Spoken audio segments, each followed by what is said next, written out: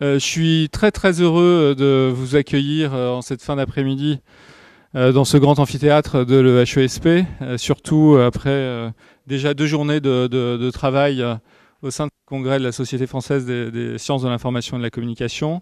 Je suis très heureux de vous accueillir ici dans ce grand amphithéâtre de l'École des hautes études en santé publique, qui est partenaire donc de l'organisation de cette manifestation scientifique.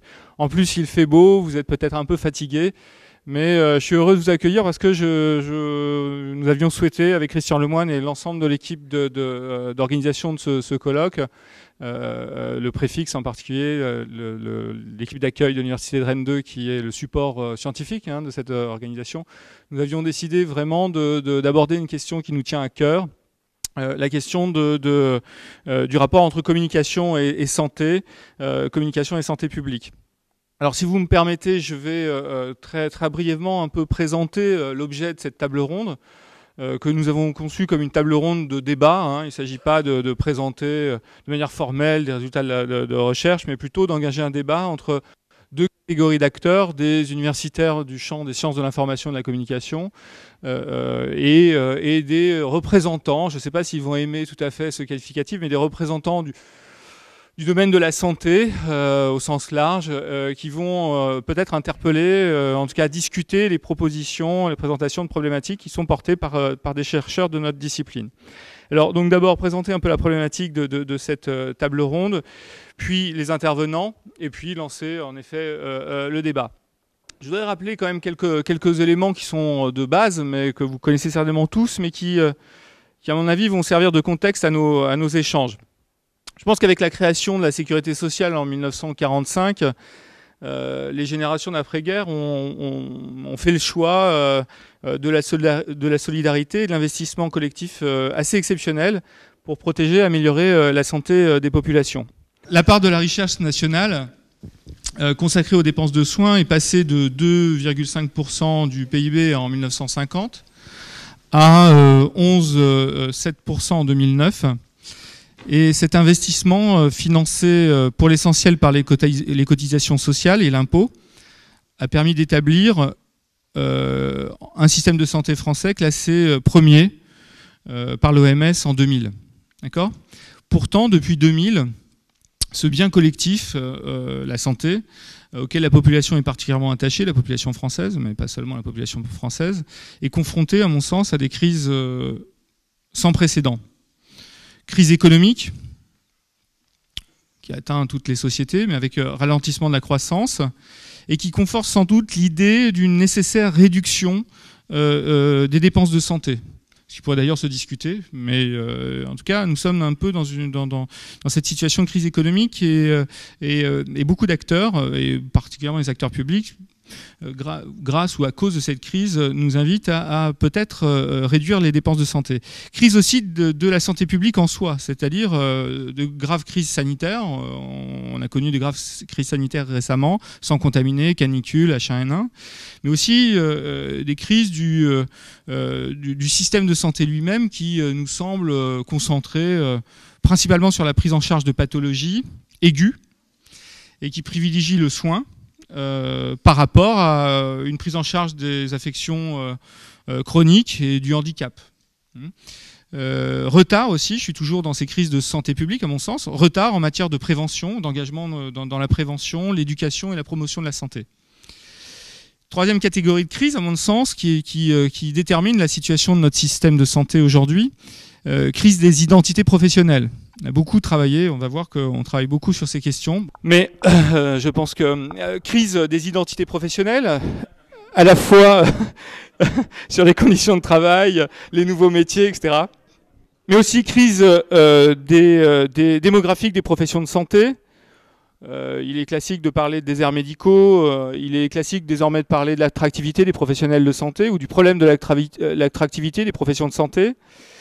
Crise aussi renvoyant aux offres techniques, à l'évolution de l'offre technique et technologique, et pas seulement liée aux technologies de l'information et de la communication, mais on voit bien que beaucoup d'établissements de santé sont en difficulté liées à l'évolution de l'offre technologique en matière de santé, mais aussi difficultés liées à la judiciarisation, On voit bien que la parole des patients, des usagers du système de santé devient une parole critique. Et puis surtout des réformes successives.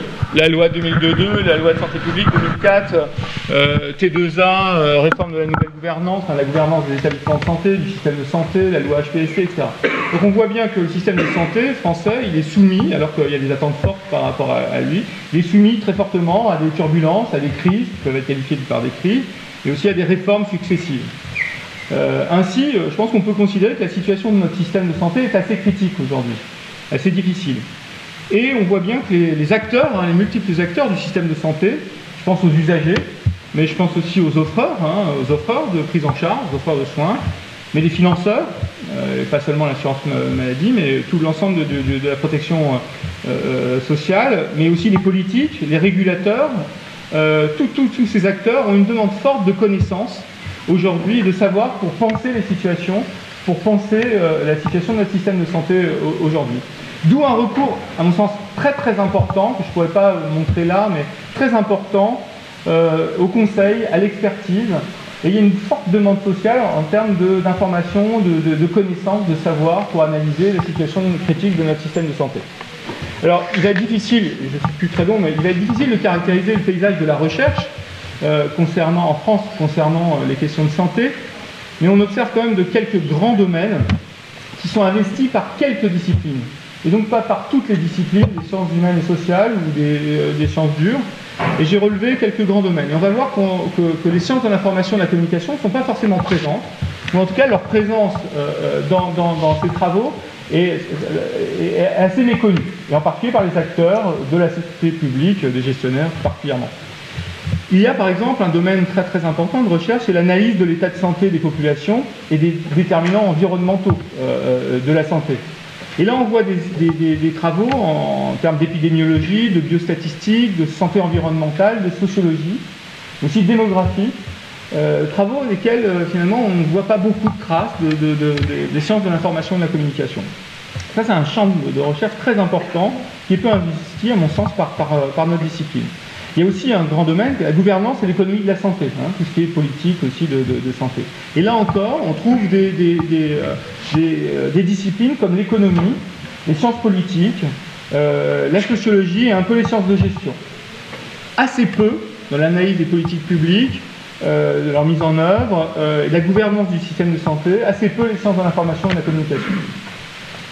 De la même manière, sur l'analyse des comportements de santé, les comportements à risque, les comportements vis-à-vis des médicaments, de l'alimentation, etc. Là encore, il y a de très gros travaux, des travaux de recherche relativement importants, mais portés par des chercheurs en microéconomie, en sciences de gestion, en sociologie, en anthropologie. Deux domaines évidemment très très importants, la gestion des organisations de santé, des établissements de santé, des établissements médico-sociaux, mais aussi les ARS, l'ensemble des acteurs du système de santé, gestion des organisations de santé, mais aussi des parcours, des prises en charge. Et là encore, on voit un très fort investissement, en particulier des sciences de gestion, de l'économie, de la sociologie, de la psychologie. Dernier domaine, le plus évident, c'est évidemment le domaine du soin et d'activité clinique. Et là, on retrouve toutes les disciplines cliniques, toutes les disciplines médicales, mais aussi la psychologie, la sociologie. Et je pense que dans ce paysage, les SIC, les sciences de l'information et de la communication, ne sont pas nécessairement très présentes. Ou leur présence, pourtant active, à mon avis, depuis un certain nombre d'années, une quinzaine d'années, à mon sens, parce qu'il existe des programmes de recherche, il existe des colloques, des revues, des publications qui sont multipliées, mais cette présence n'est perçue par les acteurs du système de santé, à mon sens, que partiellement, la présence des chercheurs et des recherches en sciences de l'information. Or, les phénomènes et les processus de communication semblent désormais, à mon sens, au cœur des questions de santé et de l'action en santé publique. Par exemple, de la mise en œuvre des politiques publiques sur les territoires jusqu'aux interactions complexes dans la relation soignant-soigné, les questions de communication sont très présentes. De la gestion des crises sanitaires à la médiatisation de l'expertise en santé, de l'amélioration de la performance des organisations de santé à la prise en compte de la parole des usagers, on retrouve des questions de communication. Mais aussi de la prévention des risques à l'expression des besoins de santé, on retrouve des questions de communication. Ainsi, je pense que le champ des sciences de l'information et de la communication s'avère plus que jamais au carrefour où se rejoignent des problématiques émergentes du monde de la santé aujourd'hui. Et je crois que l'approche interdisciplinaire que nous revendiquons en sciences de l'information et de la communication, le regard pluriel de notre discipline, c'est à la fois un regard anthropologique, psychologique, sociologique, linguistique, organisationnel, pour définir une approche communicationnelle des questions de santé, à mon sens, apporte au monde de la santé une véritable richesse d'analyse et renouvelle les problématiques scientifiques du domaine. Et cette table ronde, je ne vais pas être très long, plus long dans cette introduction, cette table ronde a vocation à présenter la diversité de ces recherches, mais aussi à montrer leur pertinence et leur intérêt pour le système de santé et les acteurs qui ont une demande forte en connaissance pour comprendre mieux les problématiques aujourd'hui. Alors, nous avons invité pour cette table ronde plusieurs enseignants-chercheurs de la discipline. Alors, Hélène Romeyer, qui est maître de conférence en sciences de l'information et qui est en poste à l'IUT de Lannion. Françoise Bernard, qui est professeure en sciences de l'information et de la communication à l'Université de la Méditerranée, par ailleurs vice-présidente du CNU, 71e section. L'Université de la Méditerranée n'existe plus. Aix-Marseille. Aix-Marseille. Merci. Il s'agira de repréciser. C'est un détail. Vincent Anne-Mayer, professeur en sciences de l'information à l'Université de Toulouse 3, et puis Vincent Meyer de l'Université de Metz, professeur aussi en sciences de l'information et de la communication. L'Université de Metz n'existe plus. Il faut parler de l'Université de Lorraine. Alors, on parlait des politiques de territorialisation tout à l'heure de l'offre. En effet, les intitulés des universités, c'est assez hyper, évoluent. Peu importe, revenons à notre sujet. Vous allez nous présenter vos problématiques, environ 10 minutes chacun, pour présenter un peu l'essentiel et les questions saillantes que vous portez, dont vous êtes représentant, et pour discuter de leur pertinence, de leur intérêt pour les acteurs du système de santé. Nous avons proposé à des personnels, entre autres de l'école, mais pas seulement, de venir discuter donc, vos propositions. Donc, nous avons invité Isabelle Dolivet, de la direction de la communication de l'INPES, l'Institut national de prévention et d'éducation pour la santé, qui est un acteur très très important dans le domaine de la promotion de la santé, l'éducation pour la santé, la prévention dans le domaine de la santé. Éric Breton, qui est titulaire de la chaire de promotion de la santé au sein de cette école, le HESP, qui a un parcours très très important dans le domaine de la prévention, de l'éducation pour la santé, la prévention, mais en France, mais aussi évidemment à l'étranger. Tu es canadien, tu pourras comparer avec ton point de vue canadien. Et puis Marie-Aline Bloch, qui est directrice de la recherche au sein de l'HESP, ancienne directrice donc scientifique de la CNSA. Bien, nous allons aborder plusieurs thématiques, mais première thématique, tu vas sans doute reformuler, puisque j'ai fait quelques erreurs. Françoise Bernard, donc, où tu vas peut-être revenir sur les questions de prévention et de comportement à risque, et peut-être nous montrer en quoi le paradigme de la communication engageante peut être intéressant pour aborder ces questions aujourd'hui. Merci à toi. Oui, tout d'abord, merci beaucoup Bertrand Parent d'avoir pris cette initiative de nous réunir dans une perspective de rencontre entre chercheurs, acteurs de l'univers de la santé. Cette initiative me semble une initiative évidemment importante. Alors, le format de 10 minutes, évidemment, pour quelqu'un comme moi, est un format qui me met très très mal à l'aise. Donc, pardonnez-moi de prendre des raccourcis. Il n'y a pas d'autre choix. Les travaux que je souhaite vous présenter sont des travaux qui ont été développés pendant une dizaine d'années. Voilà, donc en 10 minutes, vous imaginez bien que ça va être un petit peu un exercice douloureux. Alors, je vais peut-être aller à l'essentiel. Ces travaux, d'abord, ont un caractère pluridisciplinaire. Je crois que la complexité des enjeux concernant les questions de la prévention, concernant des questions extrêmement importantes que tu as posées en introduction, nécessite, sur le plan de la recherche, des approches pluridisciplinaires. Alors, je vais afficher le périmètre de la pluridisciplinarité qui inspire ces travaux. Il s'agit donc d'un partenariat entre des chercheurs en sciences de l'information et de la communication et des chercheurs en psychologie sociale. Pas uniquement, mais principalement. Ces travaux sont désormais connus dans le cadre d'un paradigme que tu as rappelé, le paradigme de la communication engageante, et nous avons, en tant que chercheurs en site, développé une autre dimension de la communication engageante et instituante. Je ne sais pas si j'aurai le temps de développer cette relation donc, entre l'engagement et l'institutionnalisation de pratiques, d'idées, de connaissances. Bon, nous verrons. Alors, je vais peut-être non pas vous parler du cadre théorique parce que nous n'avons pas le temps. Je vais prendre un exemple, quelques exemples de travaux empiriques. Donc, je vais rentrer par la dimension empirique de ces travaux. Je vais quand même dire 2 mots de la communication engageante pour que vous compreniez peut-être de quoi il s'agit, mais dans le cadre de la présentation de ces travaux empiriques. Nous avons fait un travail, donc, constitué un corpus d'études qui ont principalement été conduites aux États-Unis. Pourquoi ? Parce qu'il y a des moyens importants pour des études longitudinales et que nous voulions savoir quels étaient les résultats de ces études. Alors, ces études, les objets empiriques en question, c'est comment se fait-il que des campagnes de prévention qui mobilisent des compétences très sérieuses, qui mobilisent des budgets publics et, au bout du compte, aussi peu d'effets, pardonnez-moi d'aller très vite, aussi peu d'effets en matière de changement en acte. Alors pourquoi ? Comment se fait-il que la pandémie du sida continue à progresser ? Comment se fait-il que, un autre exemple, en matière de dons d'organes, les résultats restent aussi faibles. Voilà, donc voilà les questions que nous nous posons. Alors, les études auxquelles nous faisons référence sont des études, je vous donne 2 exemples parmi des dizaines de travaux disponibles aux États-Unis. Une étude conduite autour de Peterson et de son équipe qui montre que, avec une méthode expérimentale, donc quand on compare les résultats de campagnes, donc les objets empiriques sont les campagnes de prévention, par exemple.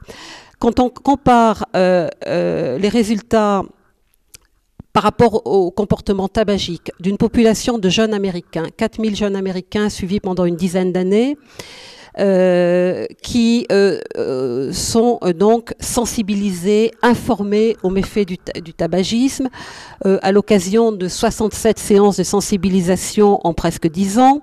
Quand on compare la proportion de fumeurs chez ces jeunes Américains, donc ce sont des travaux qui ont été publiés en 2000, avec une population contrôle, c'est-à-dire des jeunes Américains qui vivent dans la société américaine telle qu'elle est, qui entendent ce qu'ils entendent autour d'eux, dans leur famille, dans leur institution scolaire, dans la société américaine à propos du tabac, eh bien on s'aperçoit que la proportion de fumeurs est strictement la même dans les 2 populations. Voilà.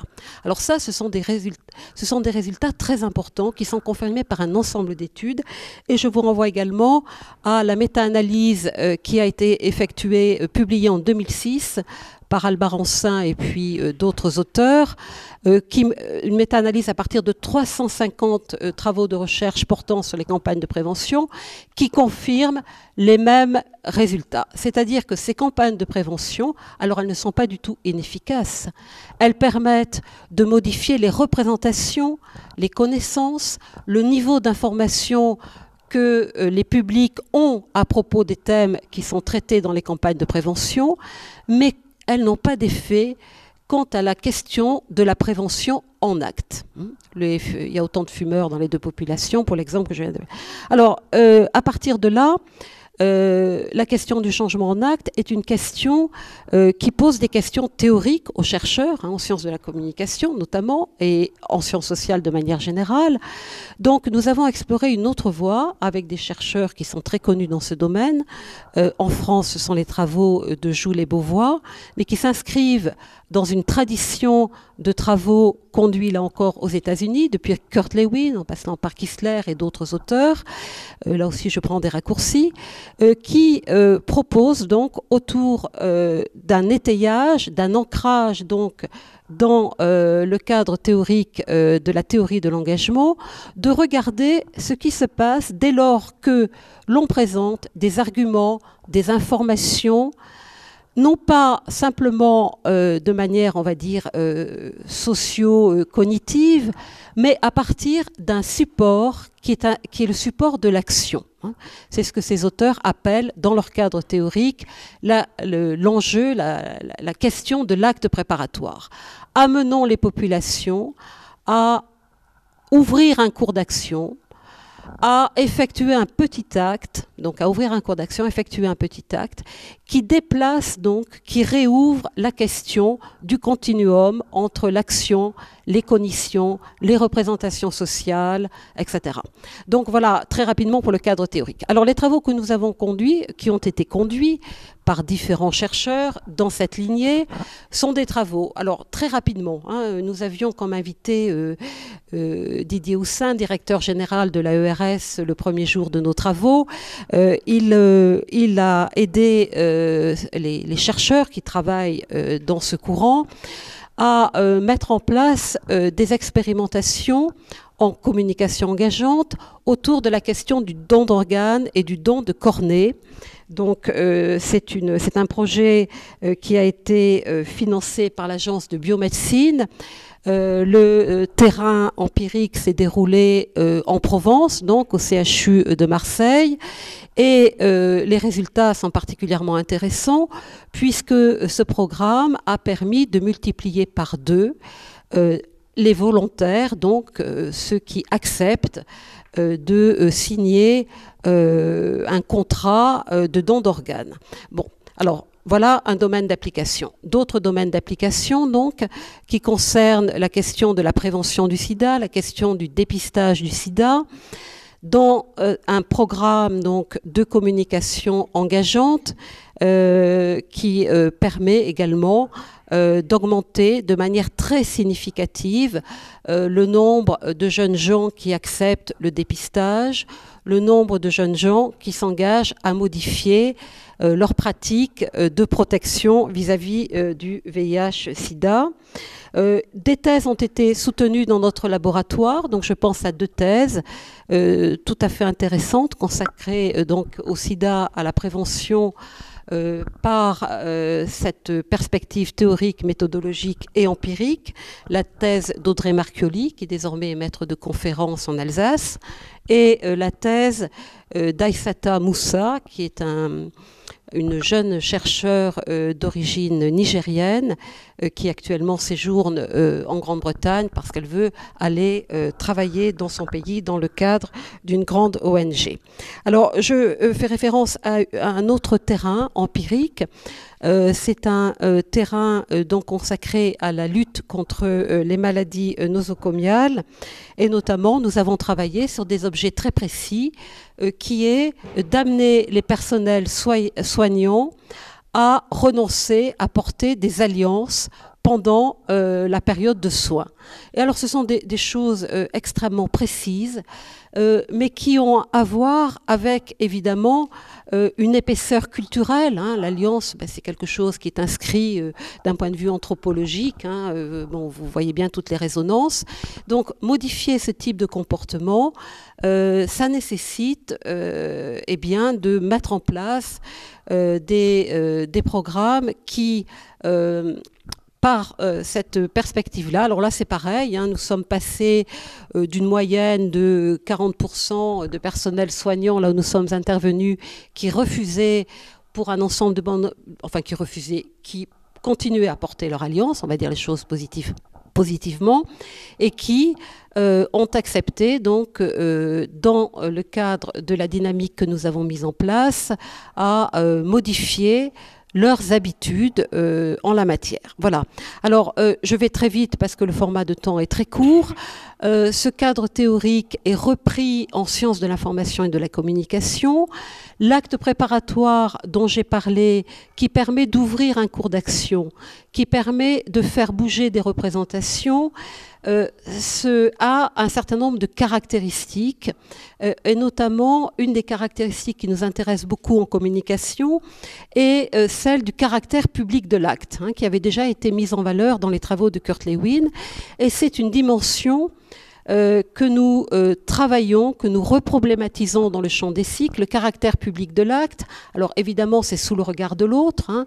C'est la perspective de l'agora, d'une agora partielle, mais c'est également le caractère public de l'acte, c'est également un ensemble de travaux qui nous conduisent à prendre en compte, dans une logique de circulation, hein, des effets cognitifs, psychosociocognitifs, à prendre en compte la question de la circulation médiatique sous tous ces modes. Hein. Je crois qu'Hélène va nous parler de cela, dans un autre cadre théorique et avec d'autres éléments empiriques.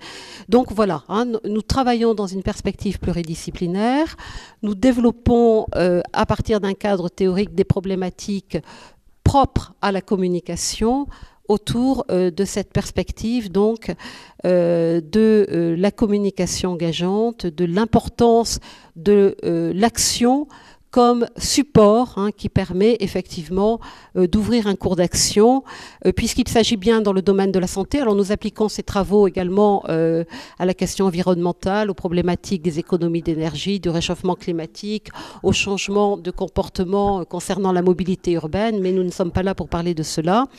Ces travaux donc ont montré des résultats tout à fait intéressants dès lors que l'on est préoccupé, je le répète, par la question du changement en acte. Alors bien évidemment, le changement en acte est totalement associé à la question du changement de représentation individuelle et collective, à la question de la médiation des connaissances et des savoirs. Donc il y a là un continuum que nous travaillons, mais je le répète, à partir de cette entrée de l'acte préparatoire, donc de l'action, et je vous en dirai davantage si vous souhaitez que nous développions un exemple. J'ai l'impression d'avoir déjà dit très peu de choses et d'avoir utilisé beaucoup de temps. Veuillez m'en excuser.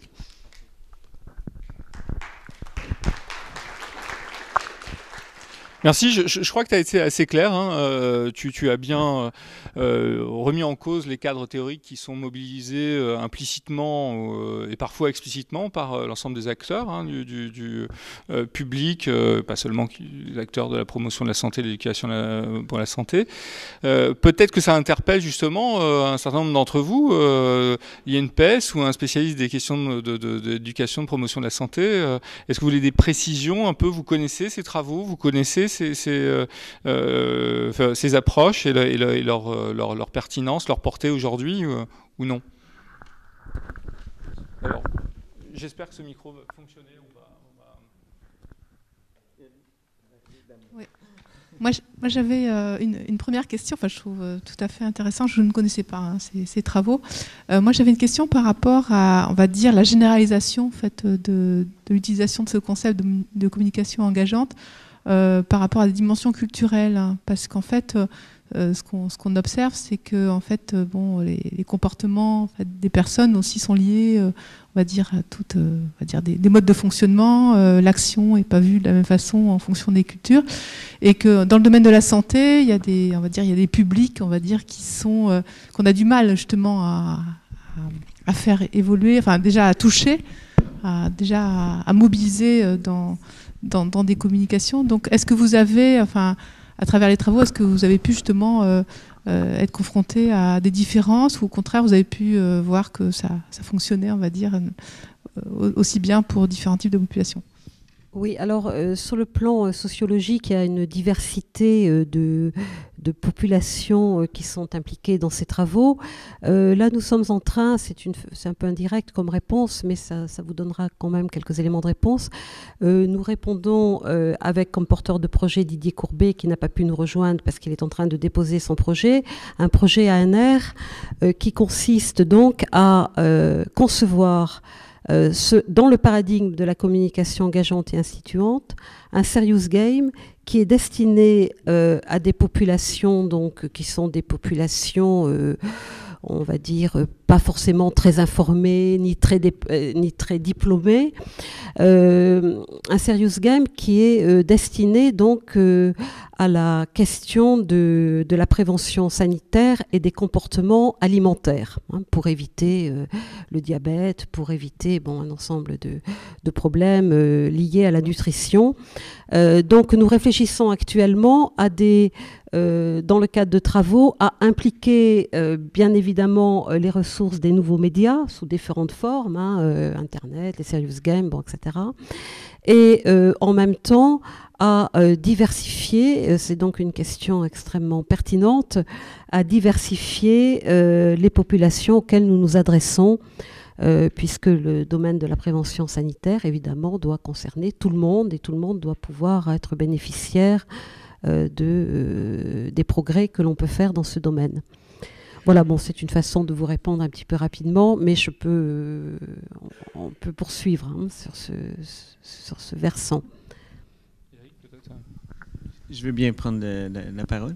J'ai trouvé très intéressant votre intervention et vraiment, je vous suis dans le diagnostic que vous faites sur l'efficacité des programmes de prévention.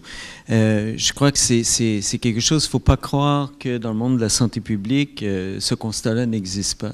Il est très présent et en fait, l'analyse qu'on fait de l'échec de plusieurs des programmes, il y a des programmes qui fonctionnent, cela dit. On pense à tous les programmes de prévention routière qui ont amené des réductions de la mortalité sur les routes assez importantes. Mais ce qu'on tire comme leçon des programmes efficaces, qu'on les compare à ceux qui sont pas très efficaces, c'est surtout le fait que ces programmes-là s'éloignent du modèle un peu biomédical, où on est vraiment un modèle un peu clinique, où on essaie de convaincre un individu après, donc de façon individuelle, toutes les personnes, on va essayer de les convaincre de changer, pour un modèle où on est beaucoup plus sur les ressources, sur l'environnement des personnes. Alors, quand vous me parlez, entre autres, du dépistage du sida, des campagnes qui ont fonctionné, mon analyse, ma vision de ça, sans connaître ces études, c'est que souvent les études fonctionnent parce que justement, c'est pas tant que la communication, on a vraiment amélioré l'efficacité du message, c'est qu'en fait, autour de ce message-là, on a donné des ressources. On a accompagné les personnes et dans le fond, le message fonctionne parce qu'on lui donne des ressources pour faciliter le changement. Et donc, le commentaire que je ferai, c'est un peu je souhaiterais, moi, que les gens, dans les sciences sociales en général, les sciences d'information et de la communication, fassent très attention de ne pas tomber dans les mêmes pièges que la santé publique est tombée depuis plusieurs décennies, c'est-à-dire d'être sur des modèles où on est strictement sur des cibles individuelles sans tenir compte donc de l'environnement et du collectif. Et une des cibles, c'est de changer les normes sociales, entre autres, parce que des normes doivent être négociées à l'intérieur de groupes. Et quand on réussit à modifier, à générer ces négociations-là et amener de nouvelles normes sociales, c'est là souvent donc on a changé l'environnement social des personnes. J'ai une petite réaction à ce que vous dites. Lorsque vous formulez, vous caractérisez les campagnes de prévention qui fonctionnent bien, vous avez dit on donne des ressources aux personnes en tenant compte de leur environnement culturel. Alors on donne des ressources aux personnes. Ce que nous regarderions, nous, dans ce cadre théorique et méthodologique, c'est donner des ressources, c'est certainement mettre en action les personnes. Voilà. L'engagement ayant été défini comme la relation qu'un individu entretient avec ses actes. Donc, en donnant des ressources, on met la personne en action. C'est ça que nous regardons et comment et par quel processus, est-ce qu'on retrouve les caractéristiques d'une action engageante? Voilà ce que nous regarderions dans ce que vous dites. Alors, en ce qui concerne la question de l'environnement, bien évidemment, lorsque nous travaillons sur la définition de l'acte préparatoire, sur la question de l'identification de l'action, il y a toujours une prise en compte de la dimension anthropologique. C'est-à-dire que ça se fait dans une culture donnée, bien évidemment. Et une dimension à la fois anthropologique et une méthode, alors je lâche le terme, on pourrait y revenir, participative, en ce sens que bien souvent, ce sont les populations elles-mêmes qui sont impliquées dans des groupes et qui mettent en mots les messages. Et ça, c'est très important. Cela, c'est la différence entre un travail avec une agence de communication et un travail avec des groupes de chercheurs où, effectivement, il y a la prise en compte de cette épaisseur culturelle et la place donnée à des non-chercheurs dans des dispositifs qui sont des dispositifs participatifs. D'accord, mais je pense qu'on y reviendra peut-être tout à l'heure, puisque, à moins que vous, l'INPS, vous vous sentiez interpellé, puisque l'INPS, à mon sens, est un opérateur très très important dans le domaine de la prévention, et que vous mobilisez peut-être d'autres conceptions de la communication et de l'action en santé publique, parce que j'ai le sentiment qu'un colloque récent en décembre dernier sur l'efficacité des campagnes de prévention a été organisé par vous-même et que vous discutiez donc de la performance de vos dispositifs. On discute à la fois de la performance et surtout de la façon de les évaluer de façon correcte. Mais vous parliez de Serious Game, d'ailleurs c'est très intéressant parce que nous-mêmes nous mettons en œuvre des actions de communication expérimentale sur certaines populations, en particulier sur les jeunes. Et c'est vrai que nous n'avons pas toujours les moyens de poursuivre la recherche très loin autour d'un objet de communication que l'on met en œuvre. Et on essaye d'évaluer avec les moyens que l'on a l'impact de ces campagnes. Mais souvent à court terme et pas à long terme. En tout cas, on voit avec Françoise Bernard quand même qu'il ne s'agit pas simplement de trouver la bonne argumentation, de tenter de changer les représentations pour déterminer les comportements. Bien sûr. Les comportements ils sont déterminés évidemment par l'environnement, sans doute par les normes sociales, mais les normes sociales elles-mêmes évoluent parce que les comportements évoluent. Et donc c'est plutôt on modifie les comportements, en modifiant les comportements, et il y a des petits actes qui vont engager les acteurs dans des nouveaux régimes d'action. Et en cela vont reformuler leur représentation et les normes sociales peut-être. Et sans doute en intégrant en effet la dimension collective et on ne reste pas au niveau individuel.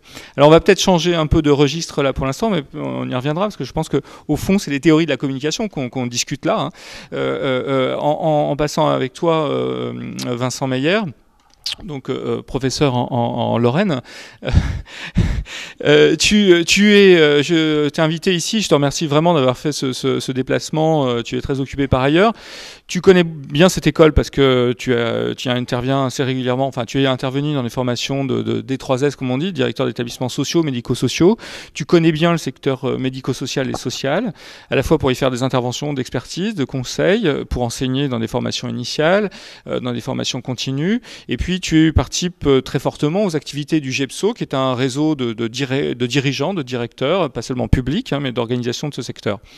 Et tu vas nous parler, alors j'ai pas forcément tout compris, mais tu vas nous revenir sur la communication autour du handicap et des prises en charge du handicap aujourd'hui. Et comment des approches infocom, même si elles sont fondées pour partie par des travaux en sociologie, peuvent être très pertinents aujourd'hui dans notre société, société qui est très interpellée par le vieillissement de la population. Voilà. Oui, bonjour à toutes et à tous. Et tout d'abord, merci de cette invitation. J'ai une petite pensée pour notre collègue et ami Christian Lemoine qui éprouve en ce moment même les dispositifs dont nous parlons. Donc voilà, j'ai une pensée pour lui parce qu'il nous avait aussi invités. Voilà, effectivement, pour compléter un peu la présentation, je suis aussi membre du Conseil supérieur du travail social et je préside la sous-commission veille donc de ce Conseil supérieur du travail social. Alors, le lien que j'ai envie de faire, je vais vous parler d'une trajectoire de différents travaux dans lesquels les dimensions de communication, de gestion de l'information sont fortement présentes. Alors, je me suis permis, je ne sais pas comment ce sera interprété, j'ai demandé à Bertrand Parent là, mais j'ai ramené ici pour votre école toute une série d'ouvrages que je vous laisserai sur ces différents travaux. Voilà, parce que c'est vrai qu'ils ne sont pas, même s'ils sont tous publiés aux éditions hospitalières, voilà, ils ne sont pas peut-être forcément diffusés, donc voilà, je me permettrai de les laisser, ce qui nous permettra aussi de travailler ensemble par la suite. Alors, et tout d'abord, ce qui m'intéressait moi, c'est la communication interpersonnelle en milieu clos. Voilà. C'est-à-dire que j'ai commencé à travailler dans les établissements d'accueil pour personnes lourdement handicapées, et je me suis intéressé à la manière dont le handicap était parlé en interne par les différentes équipes professionnelles, la manière dont il était transcrit dans l'écrit, notamment dans des cahiers de liaison, dans un certain nombre de notes, voilà, et comment ces écrits professionnels conditionnaient la vision que les personnes avaient de la prise en charge et de la personne handicapée.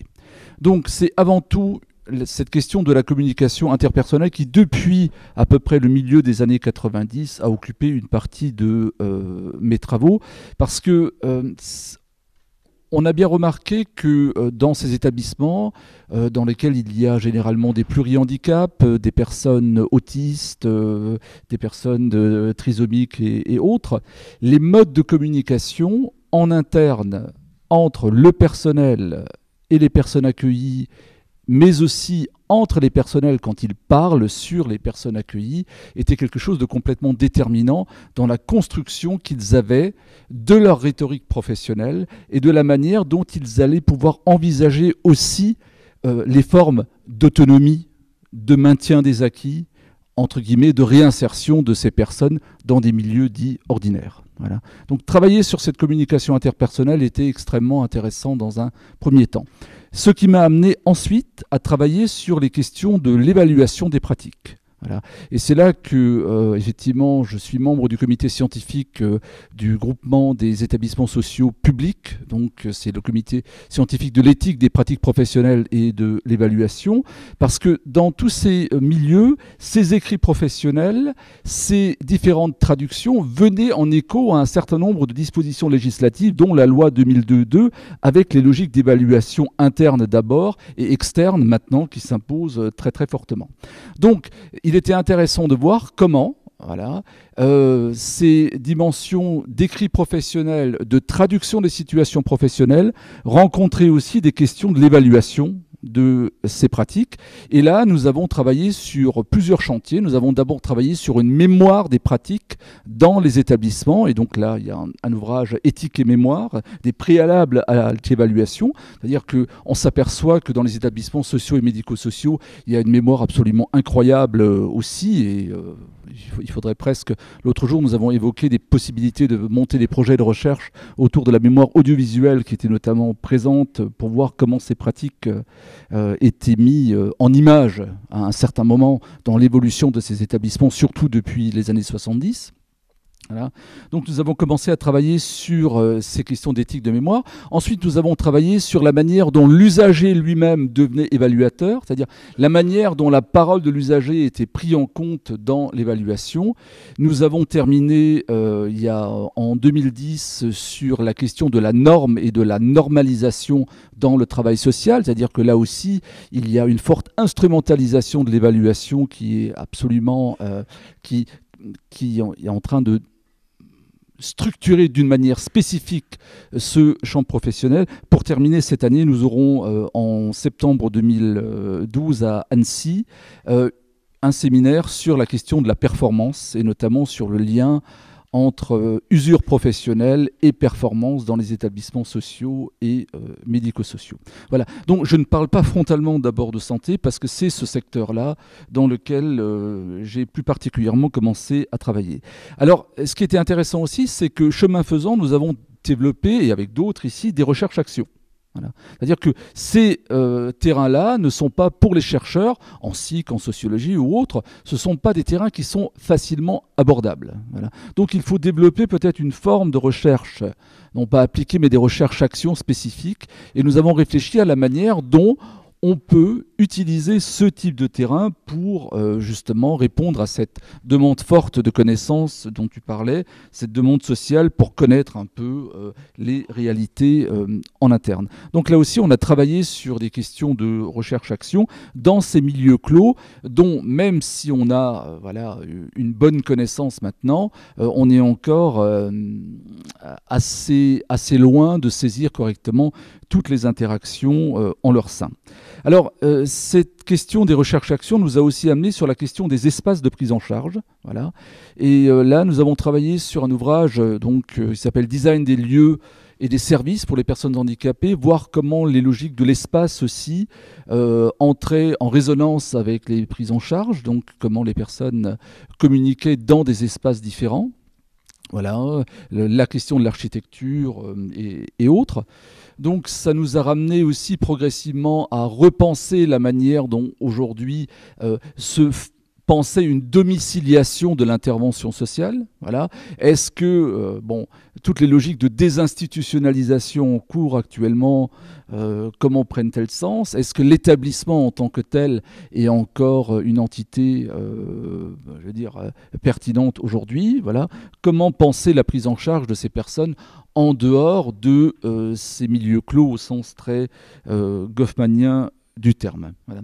Donc c'est en partant de ces interactions, de cette communication interpersonnelle, nous en sommes arrivés à la question de l'évaluation interne, voilà, la manière dont l'information sur les personnes était transformée en processus d'évaluation des différentes pratiques. Voilà. Donc ça demande aussi pour nous justement la mise en place d'un certain nombre de recherches-actions, de dispositifs de recueil des données, de travail sur des documents déjà existants professionnels qui ne sont pas... le chercheur arrive dans ces milieux, il ne peut pas forcément déployer tout l'arsenal méthodologique qu'il a habituellement. Voilà. Il est obligé de s'adapter et donc d'utiliser un certain nombre de matériaux profanes réalisés par les professionnels et de l'adapter pour sa recherche.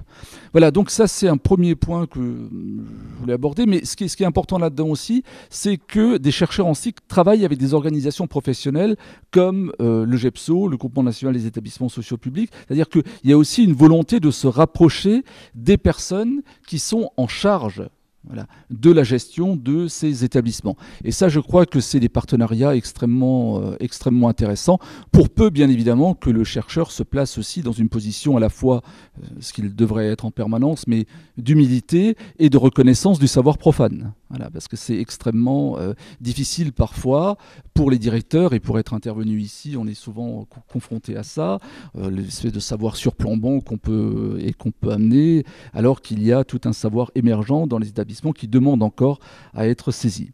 Alors ce qui m'amène maintenant à parler du travail que je réalise au Conseil supérieur du travail social.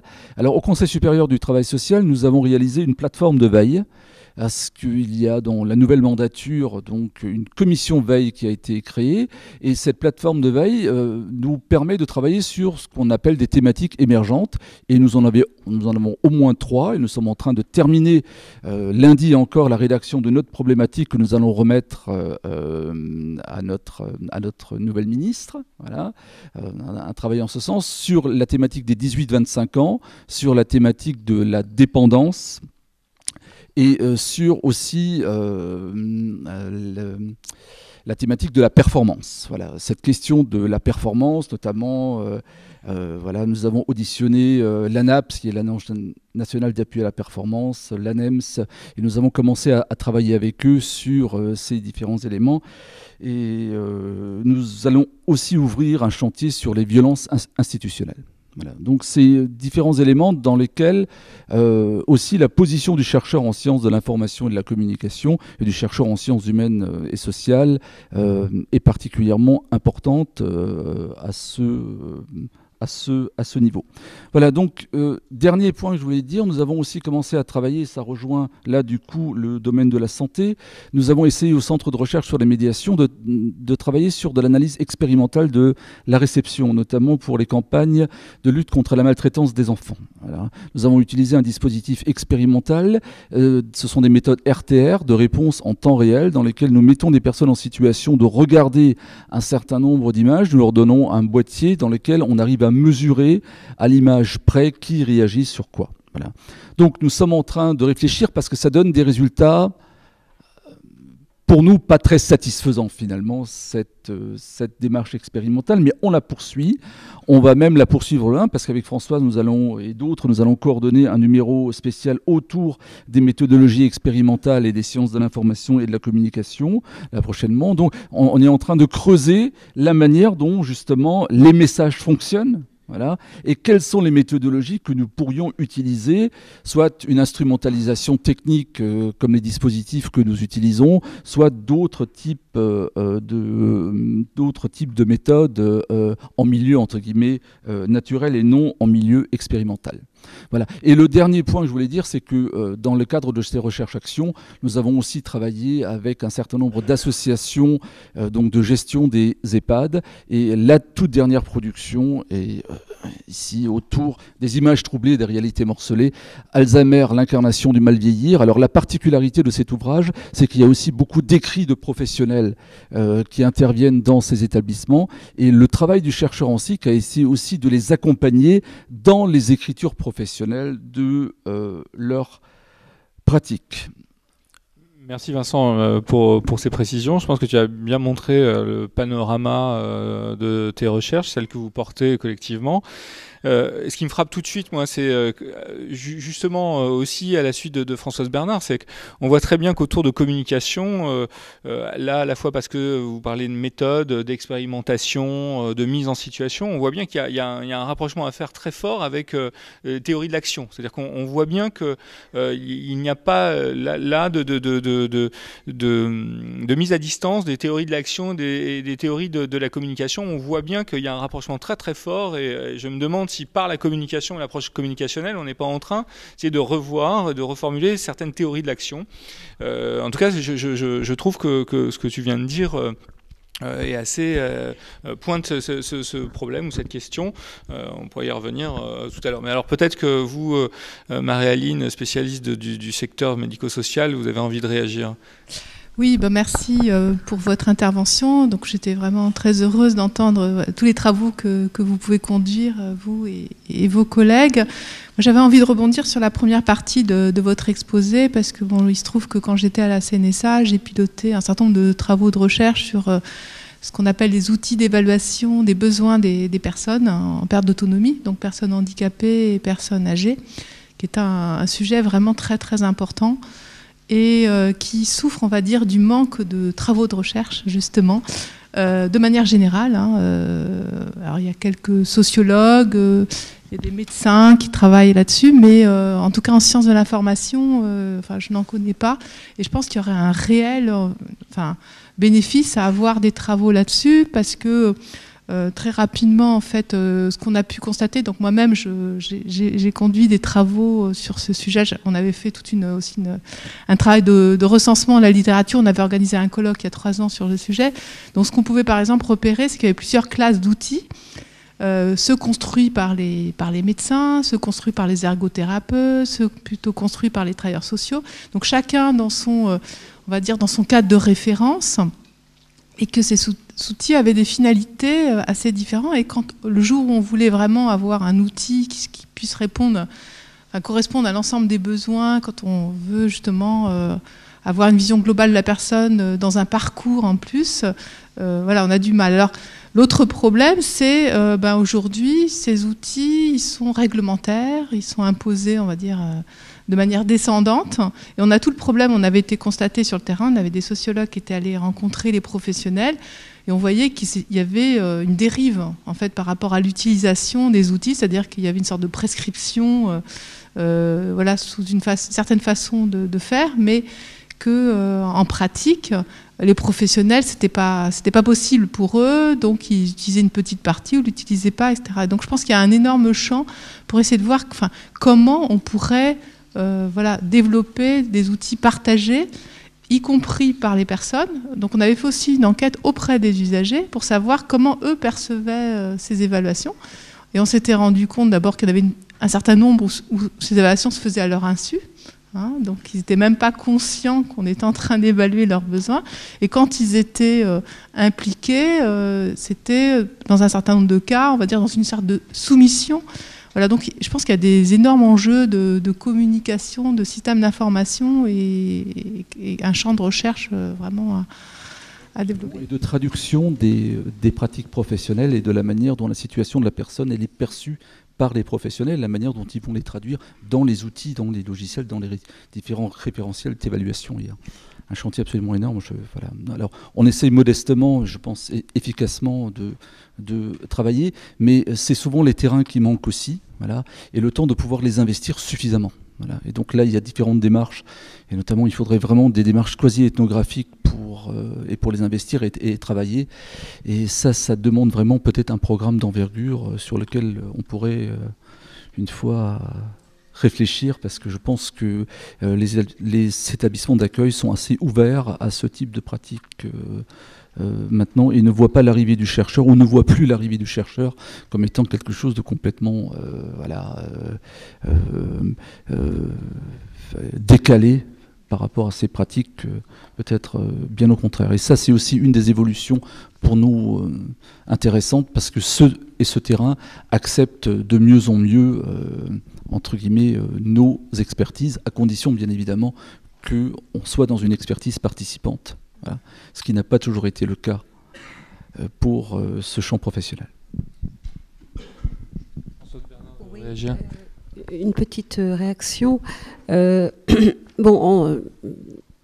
Vincent vient de reparler de perspectives participantes, et à un autre moment, c'est, je crois, Bertrand qui a parlé du statut de la connaissance. Alors, dans ces travaux, y compris dans leurs différences, il y a des points communs, et l'idée est la suivante, c'est que la communication, dès lors que l'on conçoit des projets de communication autour de ces thèmes de société cruciaux, la santé, l'environnement, etc., l'idée, alors Rodolphe Giglione l'avait dit il y a déjà 30 ans, hein, c'est que finalement l'histoire de la communication, c'est l'histoire de la prise de conscience du caractère actif du récepteur. Hein, il l'avait dit tel qu'on le formulait il y a 30 ans.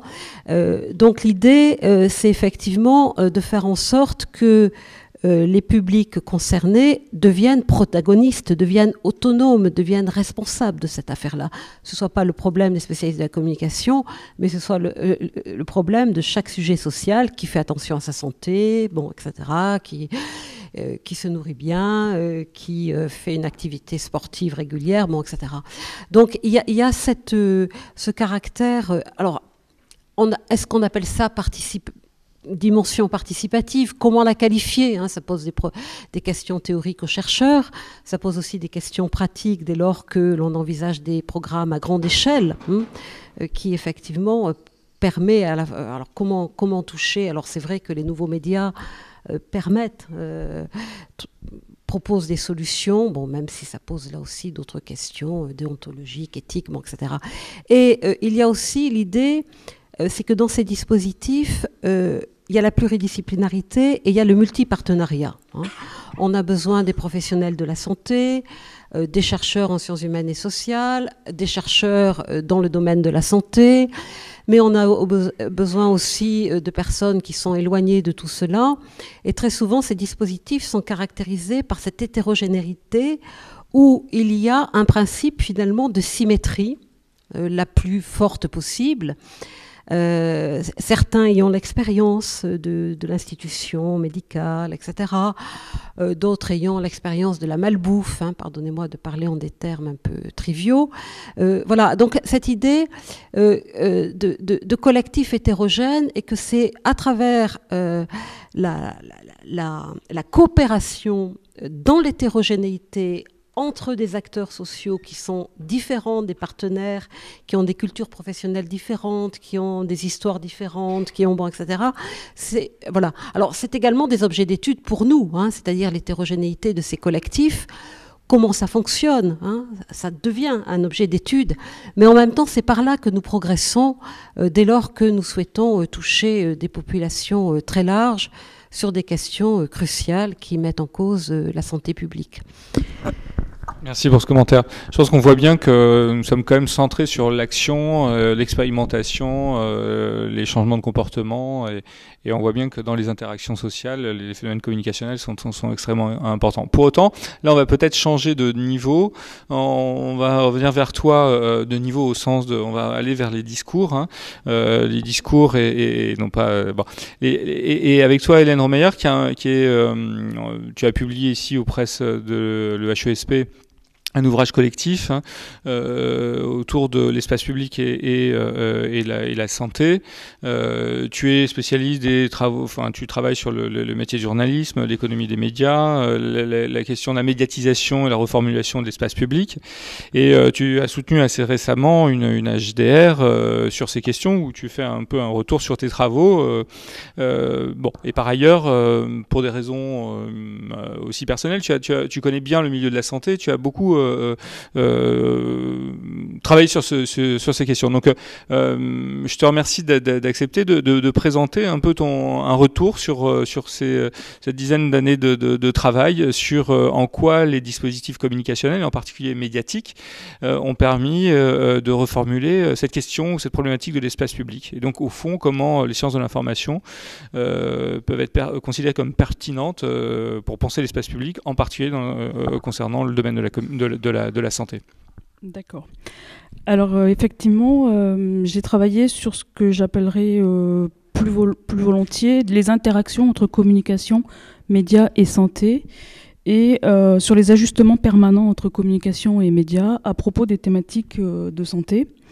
Donc c'est-à-dire à la fois sur les discours produits par les acteurs de la communication, produits par, pour le dire rapidement, les acteurs médiatiques qui sont évidemment multiples, sur aussi les modalités de diffusion de ces discours qui ont été extrêmement changeantes, et surtout sur ce qu'en disent les acteurs eux-mêmes, les acteurs de ces deux sphères, et puis aussi ce qu'en disent les professionnels de santé et les malades à travers le mouvement associatif.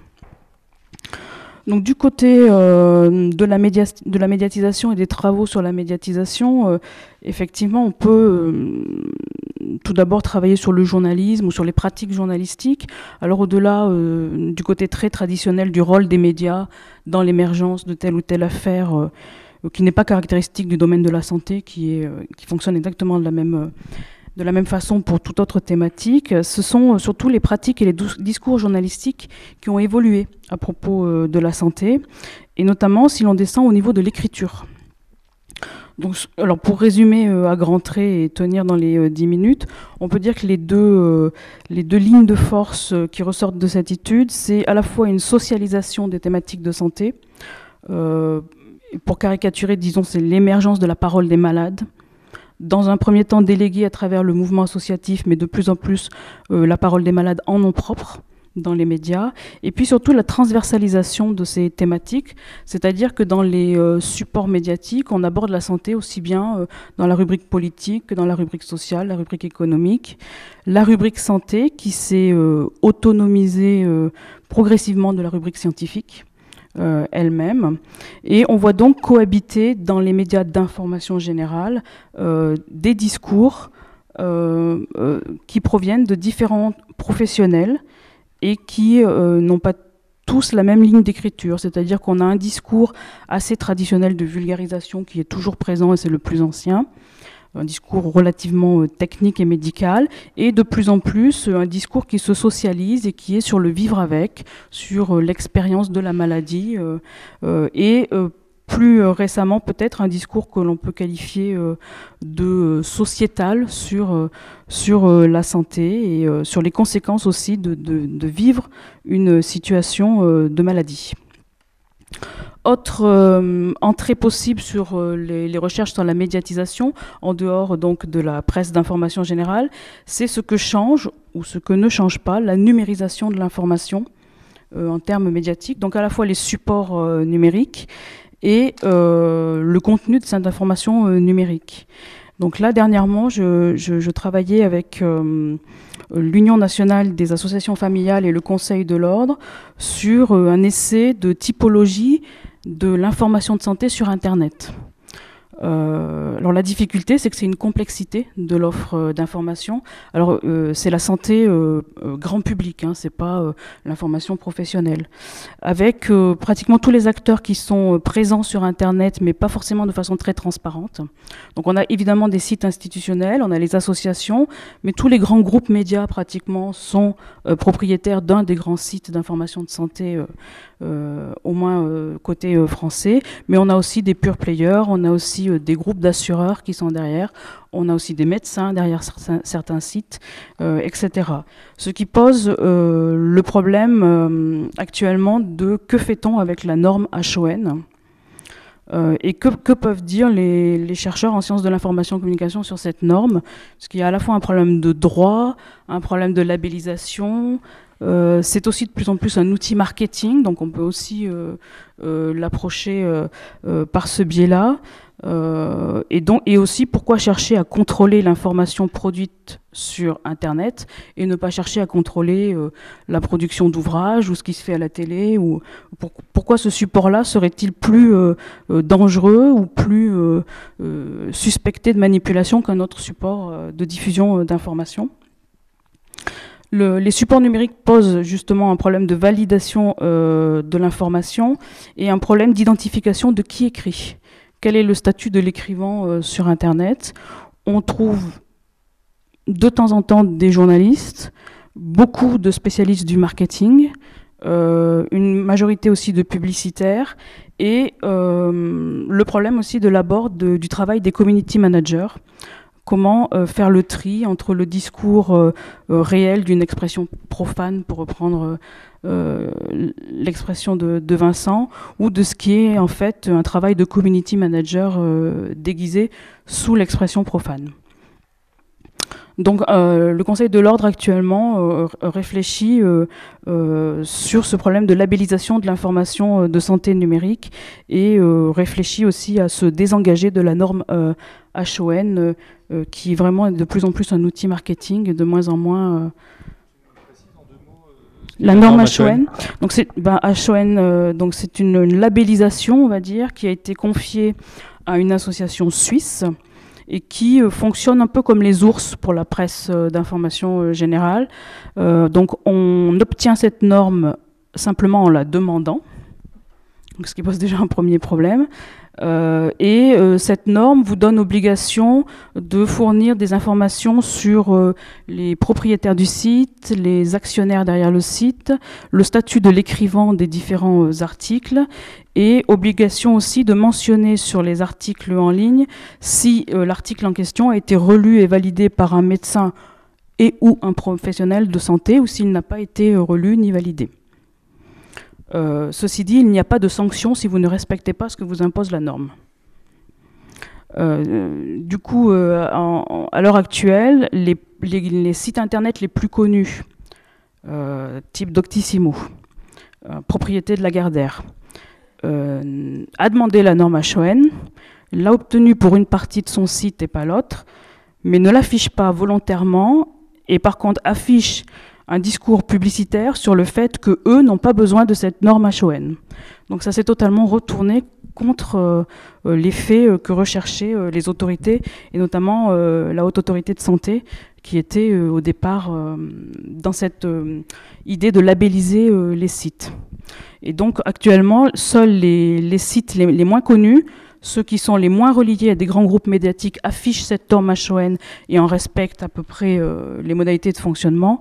Et par contre, plus les sites sont appuyés sur un groupe médiatique qui n'a en fait pas besoin de cette norme, et moins elle est respectée et moins elle est affichée. Autre entrée possible quand on travaille sur les discours journalistiques produits sur les thématiques de santé, c'est un rôle assumé, ce qui n'est pas toujours le cas si on est sur une thématique autre que la santé, un rôle assumé de relais des discours publics, et notamment tout ce qui est discours de prévention, tout ce qui va être lié aux politiques de santé publique. Les journalistes assument tout à fait, dans ce cadre-là, de relayer le discours public, ce qu'ils ne vont pas faire sur d'autres thématiques. Il y a parmi les journalistes un discours qui est de l'ordre, c'est de notre responsabilité que de relayer. Alors, quand on va gratter un peu plus loin sur pourquoi est-ce qu'ils assument ça, eh bien c'est parce que 80% des journalistes sont en fait des médecins de formation, puisque c'est encore le cas aujourd'hui. Les journalistes professionnels sont encore minoritaires sur les rubriques santé, ce sont encore les professionnels de santé, et en grande majorité parmi les professionnels de santé, des médecins qui écrivent, y compris dans les organes d'information générale, et pas seulement dans la presse professionnelle. Du côté, si on sort maintenant de la médiatisation au sens strict, du côté de la communication, de la sphère professionnelle de la communication, il est intéressant de noter la professionnalisation des personnels dédiés à la communication, à la fois dans les institutions de santé, mais aussi et surtout dans les associations qui travaillent sur les thématiques de santé et dans les entreprises, là c'était plus ancien. Si bien qu'aujourd'hui, on a quasiment une concurrence, et en tout cas des ajustements permanents entre des stratégies de communication très affinées, produits par ces différents professionnels formés à la communication. Autre point sur la communication qui touche là plutôt la communication publique et politique, toujours pour aller vite et quasiment caricaturé, la santé est une thématique qui est touchée par une vague de politisation tout à fait certaine. Et si on le prend du point de vue de la communication, la santé est même un outil de communication politique. Et c'est ce que les spécialistes de sciences politiques appellent une cause légitimante, c'est-à-dire une cause sans adversaire, et donc qui joue beaucoup pour les hommes politiques, quelle que soit l'échelle territoriale, comme aussi une stratégie d'image et de communication quasiment politique militante. Donc tout ça pour dire que les interactions entre ces phénomènes de médiatisation, la complexité des discours, des dispositifs de diffusion et des thématiques à l'intérieur de ces discours et la professionnalisation de la communication amène un processus de publicisation complexe des thématiques de santé, des phénomènes concurrentiels dans l'espace public, même s'il faudrait revenir sur la notion d'espace public, des phénomènes concurrentiels, en tout cas de publicisation, et à la fois des concurrences de thématique à thématique, et des concurrences aussi entre acteurs et entre associations de santé de plus en plus, parce qu'il n'y a pas d'espace visible pour tout le monde, il n'y a pas de financement pour tout le monde non plus, et toutes les thématiques de santé ne sont pas élues grandes causes nationales en même temps. Donc il y a de vrais phénomènes de concurrence et cette concurrence est travaillée notamment par les stratégies de communication et de médiatisation. Oui, on voit que dans la construction sociale d'un problème en santé publique, les stratégies de médiatisation, mais qui elles-mêmes peuvent être instrumentalisées par des stratégies de communication par des groupes et un certain nombre d'acteurs, sont particulièrement mobilisées. Et donc tes méthodes d'observation ont permis de le montrer.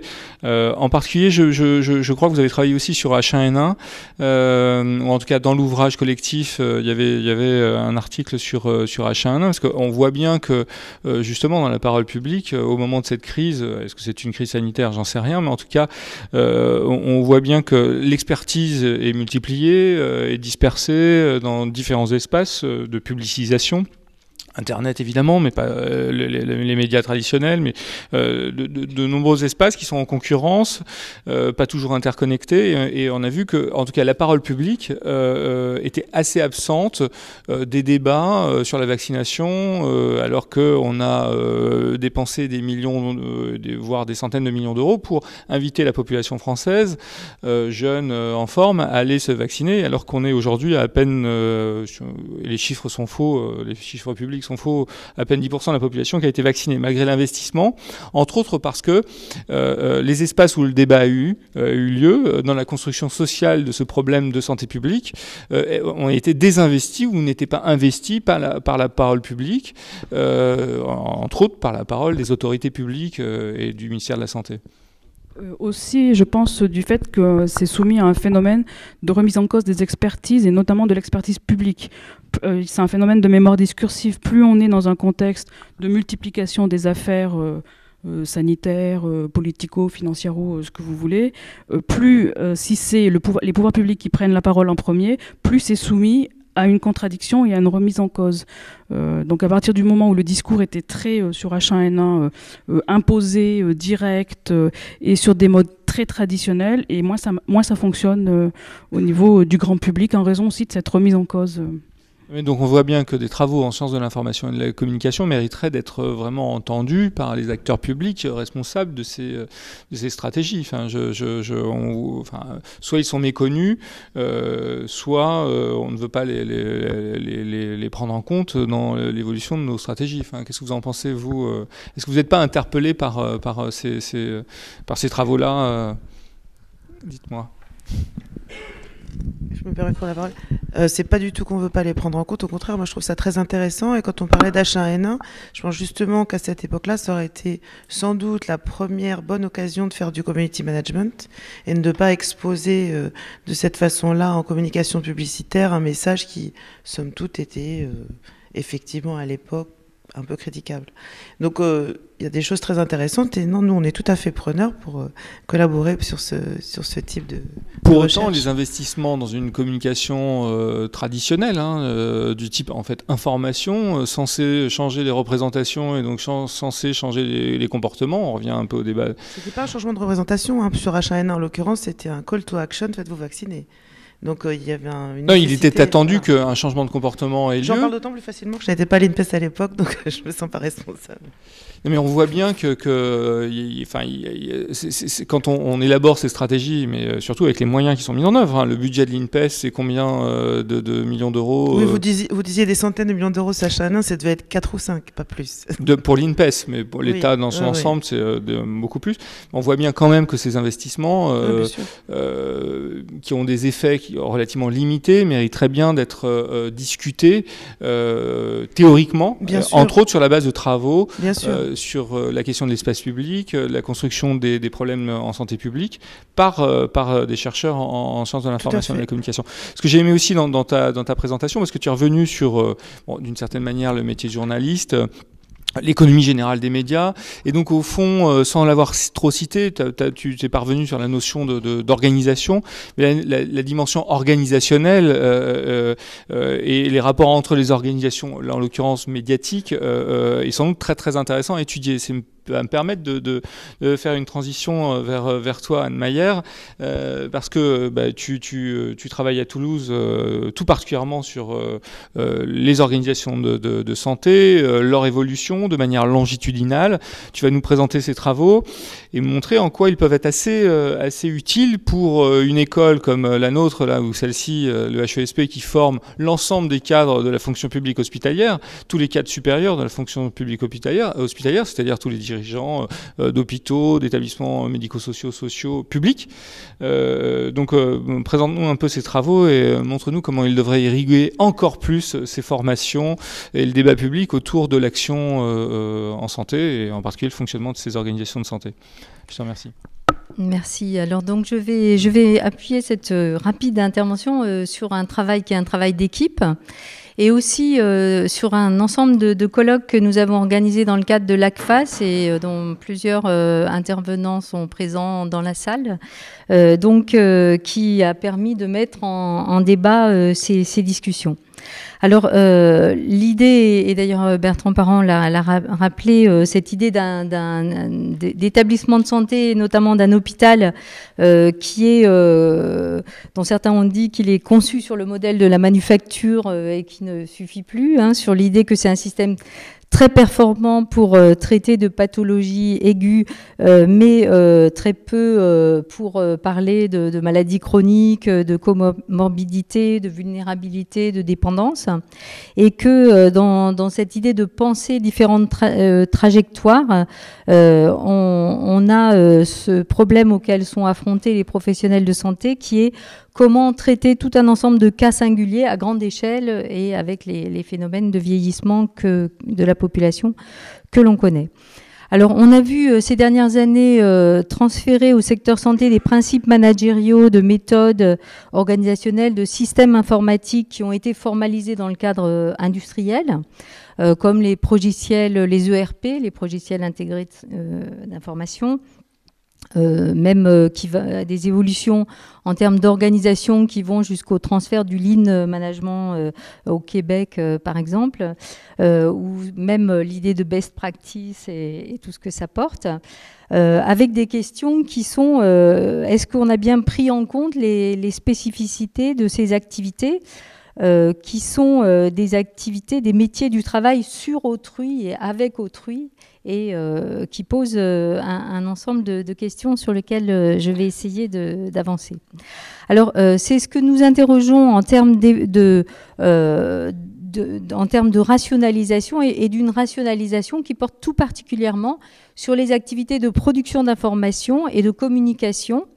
Donc des activités qui sont cadrées par un ensemble de textes, des dispositifs de certification, des lois, des décrets, qui sont cadrés par un ensemble de standards, donc ces meilleures pratiques, et qui sont équipés de plus en plus par des systèmes techniques, donc des systèmes internes aux établissements comme l'informatisation des dossiers de soins, mais aussi ce fameux serpent de mer du DMP, dont si coûteux et si peu mis en œuvre quand on connaît les derniers chiffres de la ZIP. Donc une rationalisation qui porte notamment sur la production d'informations, avec quelque part en creux le postulat qu'on pourrait se passer des situations de communication puisque tout serait dans la machine, comme certains ont pu le dire sur nos terrains d'observation. Alors ça amène tout un ensemble de transformations très importantes que je vais juste effleurer dans le temps dont je dispose. Qui est l'idée que quand on écrit pour d'autres que soi et qu'on écrit pour des autrui absents, ça n'est pas du tout la même chose que lorsqu'on écrit pour soi. Qui plus est quand on sait qu'on doit écrire en référence à des métatextes, à des cadres formels très, très précis. Donc que l'on doit se conformer à un langage professionnel avec comme lecteur potentiel ses patients, ses accompagnants, ses juges en cas de recours. Ce qui en fait pose la question de comment faire en sorte que le récit de la maladie du patient et du patient lui-même soit présent avec toutes ces ambiguïtés, ces bifurcations, et qu'on ne retrouve pas seulement dans les documents qu'une histoire lissée, réduite au scénario conforme, et où en fait l'essentiel de ce qui s'est passé ne soit plus présent. C'est aussi un problème qui consiste à écrire dans des cadres formatés par les logiciels en conformité à des standards. Et ce que nous observons, c'est que finalement des cadres qui sont très adéquats pour des situations elles-mêmes standards, mais qui deviennent très vite problématiques quand on est dans des situations plus singulières, donc de patients avec des comorbidités très évolutives, qui sont pourtant précisément les situations où se posent plus particulièrement les problèmes de coordination, de diagnostic partagé et de mise en œuvre d'une activité. Alors, avec cette informatisation, on a tout un nouveau travail de production d'écrits d'écran qui viennent s'ajouter aux autres activités sans forcément être mesurées en tant que telles. On peut interroger la façon dont ça peut éventuellement mettre en priorité les soins techniques et leur reporting par rapport éventuellement au détriment de la relation au patient, au détriment, c'est une question, du soin, des soins autonomes et plus largement de ce qu'on appelle le care. Et donc, il nous semble que beaucoup d'investissements ont été faits dans les systèmes techniques. La focale est beaucoup mise sur des questions de solutions techniques et que ces dimensions à la fois organisationnelles et d'évolution de la relation au patient est finalement relativement peu travaillée. Cette rationalisation, elle s'étend d'ailleurs au réseau de santé, puisque l'évolution des politiques essaye aussi de faire évoluer les relations entre établissements, entre médecine de ville et hôpital, entre hôpitaux et cliniques. Dans le cadre de réseaux de santé qui sont censés servir de cadre aux trajectoires de soins. Et là aussi, on peut interroger des politiques qui semblent tenter d'étendre et de systématiser des réseaux déjà constitués, mais des réseaux qui avaient été constitués à partir d'initiatives localisées, sur la base d'un partage de valeurs, sur un processus lent et évolutif de construction de la confiance, et des approches qui ne sont pas forcément très fortement valorisées dans des démarches plus de rationalité extérieure des instances politiques.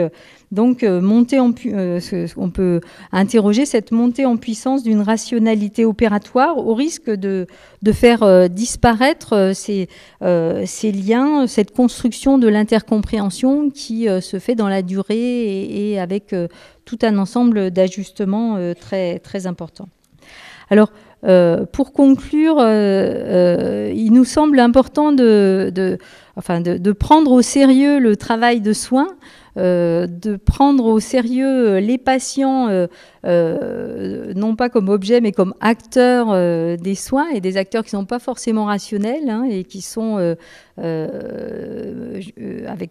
qui apportent avec eux tout un ensemble d'attentes contradictoires, ambiguës, évolutives, et qui sont pas forcément conformes à cette quelque part cette imposition implicite de ce que doit être le bon patient, qui va avec beaucoup de textes et de cadres actuellement développés.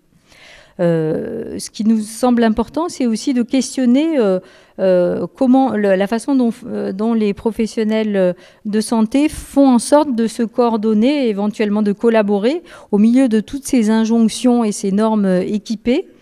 Il nous semble que ça pourrait, ces travaux-là pourraient aider à faire évoluer la conception même des méthodes et des outils, qui n'a rien d'inévitable, hein, qui porte avec elle tout un ensemble d'implicites qu'il serait fort utile de déplier et d'interroger au lieu de les prendre pour acquis et de demander aux organisations de santé et aux professionnels de santé de s'y conformer. Ces questions, elles sont aussi sur la façon dont les dispositifs préconisent un comportement des patients, une conformité des patients.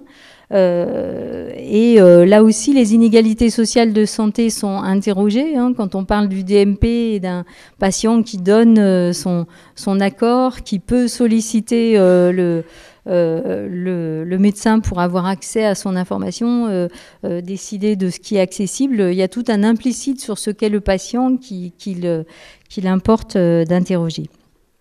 Alors, je serais tentée de reprendre en conclusion une citation de Konstantriopoulos qui est intervenue dans le récent colloque de l'ACFAS et qui nous disait que la question qui consiste à assurer un système de santé équitable est une question sur le maintien d'une société démocratique. Donc, ça n'est pas du tout une question locale, mais une question beaucoup plus générale. Merci. Merci à toi, Anne, pour la présentation de ces travaux.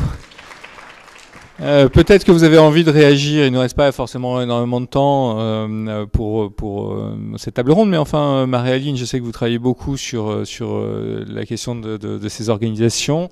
Alors, tu as un micro. Oui, donc j'étais aussi très intéressée par tous vos travaux. Effectivement, je travaille actuellement sur les questions de coordination dans la prise en charge des personnes, notamment des malades d'Alzheimer, et donc on a fait une monographie à Marseille. Donc on a observé comment les professionnels avaient co-construit ensemble, on va dire un collectif dans la durée justement, comme vous le disiez très bien, et ensuite on réussit à développer des outils communs et à fonctionner. Et effectivement, je pense qu'il y a un vrai sujet sur entre guillemets, après l'industrialisation qu'on voudrait.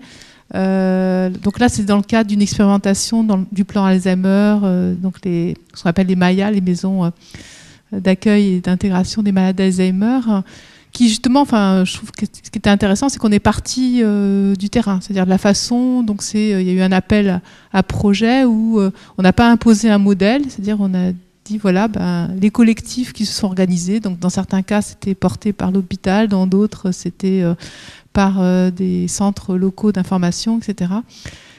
Mais le problème c'est maintenant, c'est la généralisation où on veut un petit peu cadrer, et après il y a tout le problème du financement. C'est-à-dire que tant que ça reste informel, etc., bon, il y a des financements, on va dire, précaires. Il faut remontrer à chaque fois patte blanche pour pouvoir être financé. Donc on a des professionnels qui sont en CDD, etc. Et par contre, pour pouvoir avoir des financements dans la durée, il faut rentrer dans un modèle, mais qui n'est pas forcément adapté et qui ne fonctionne pas, quoi. Donc c'est un paradoxe qu'on a à traiter, quoi. Et donc par rapport à ce qui se passe à l'hôpital, donc le DMP, etc., j'en avais discuté rapidement avec Philippe Burnel, enfin la personne qui s'occupe maintenant au niveau du ministère de tout ce qui est stratégie, système d'information, en disant qu'est-ce que vous faites en fait comme travaux pour étayer en fait tout ça. Et il était tout à fait d'accord qu'il y avait vraiment des travaux à faire en sciences humaines et sociales par rapport à tous ces systèmes d'information.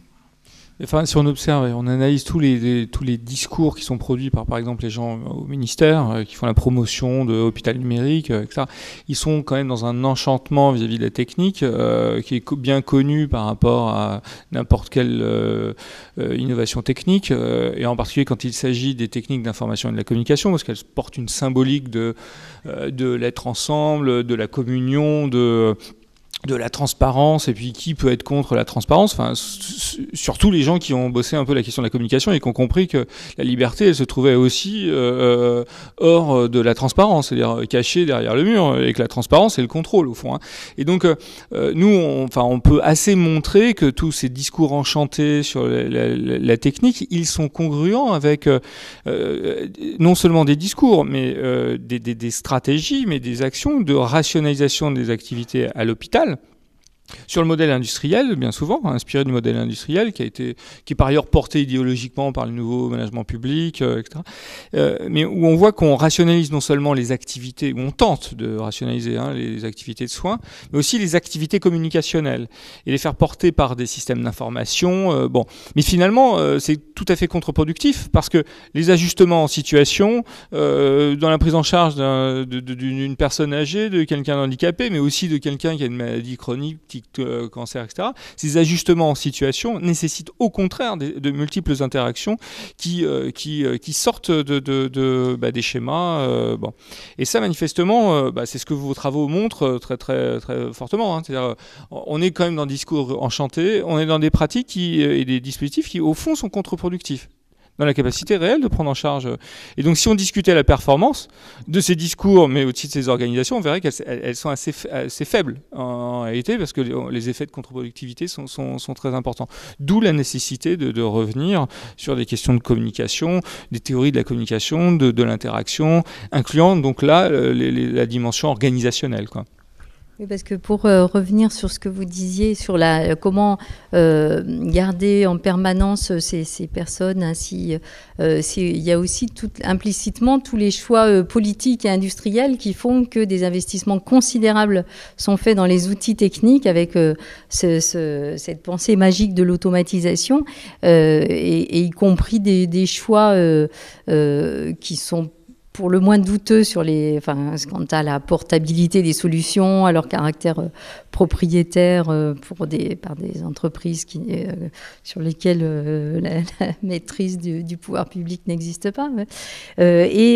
Donc comment on a réussi, comment par exemple, pour reprendre le dossier médical partagé, la focale a été mise essentiellement sur les questions de stockage de données, d'interopérabilité, avec ce serpent de mer mais qui va mettre l'information.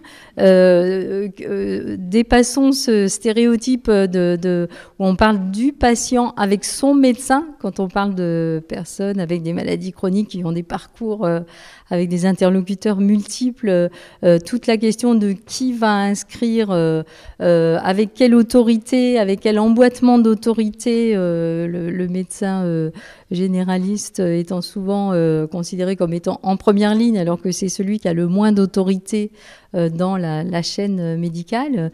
C'est vrai que sur ce domaine-là du DMP, il me semble qu'il y a vraiment un chantier considérable, et où on parle de 200 millions d'euros depuis 2009 consacrée au DMP et à ma connaissance, il n'y a pas de travaux sur la façon dont ça va être mis en œuvre et dont les usagers vont se saisir ou pas de leurs droits autour de leur dossier.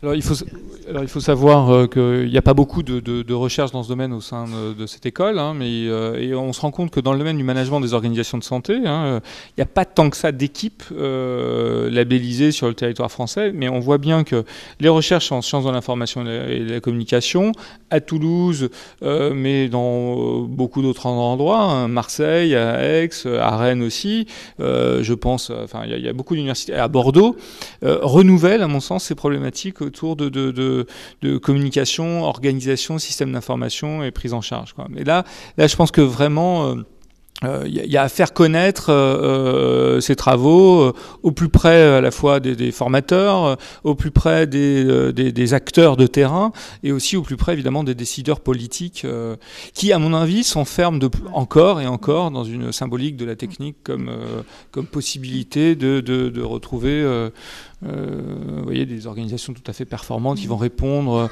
au bon moment, qui donneront la bonne information au bon moment à la bonne personne. Voilà. Mais est-ce que ça vaudrait pas le coup d'organiser un séminaire, quoi, avec, on va dire, un certain nombre j'espère. C'est un peu le sens de cette table ronde. C'était vous montrer et essayer de montrer aussi évidemment aux collègues qui sont ici présents. Il est 19h14, de montrer aussi la vivacité des recherches dans le domaine des sciences de l'information et de la communication appliquées au secteur de la santé. Je me rappelle aussi cette conférence de André Pierre Constantopoulos, un des collègues canadiens, mais qui a été vraiment très très intéressante et qui nous montrait qu'il y a une sorte d'homothétie entre finalement l'état d'une société et l'état de son système de santé, et que les problèmes actuels de l'état du système de santé renvoient plutôt à des problèmes de gouvernance. Et quand on regarde bien dans les différents espaces de la gouvernance, et donc la question de la territorialisation qu'on a abordée ce matin, c'est quels sont les bons espaces pour telle forme de régulation démocratique, professionnelle, normative par l'État, etc. Et donc son problème, c'était de dire il faut qu'on trouve les bons modes de régulation. Mais si on regarde ça de manière transversale, on se rend compte que les problèmes de régulation sont des problèmes communicationnels. Et que finalement les problématiques communicationnelles peuvent vraiment, à mon sens, renouveler l'approche de ces problèmes qui sont au cœur du système de santé, de sa régulation, et qui sont au cœur finalement des problèmes de nos sociétés, quoi. Alors il est 19h maintenant 16. Je pense que vous êtes peut-être fatigués. Je pense qu'on peut remercier les participants de cette table ronde qui ont voulu présenter cette diversité, vous avez pu le remarquer, diversité dans les travaux, à mon sens pertinence dans les travaux. Finalement, on va peut-être pas vous donner tant que ça la parole maintenant parce que nous sommes tous fatigués et que surtout, cette très belle école qui est très heureuse de vous accueillir, pour vous le montrer, est heureuse de vous inviter à boire un verre juste en bas de cet amphithéâtre. Voilà, merci à tous de votre attention. Merci à tous.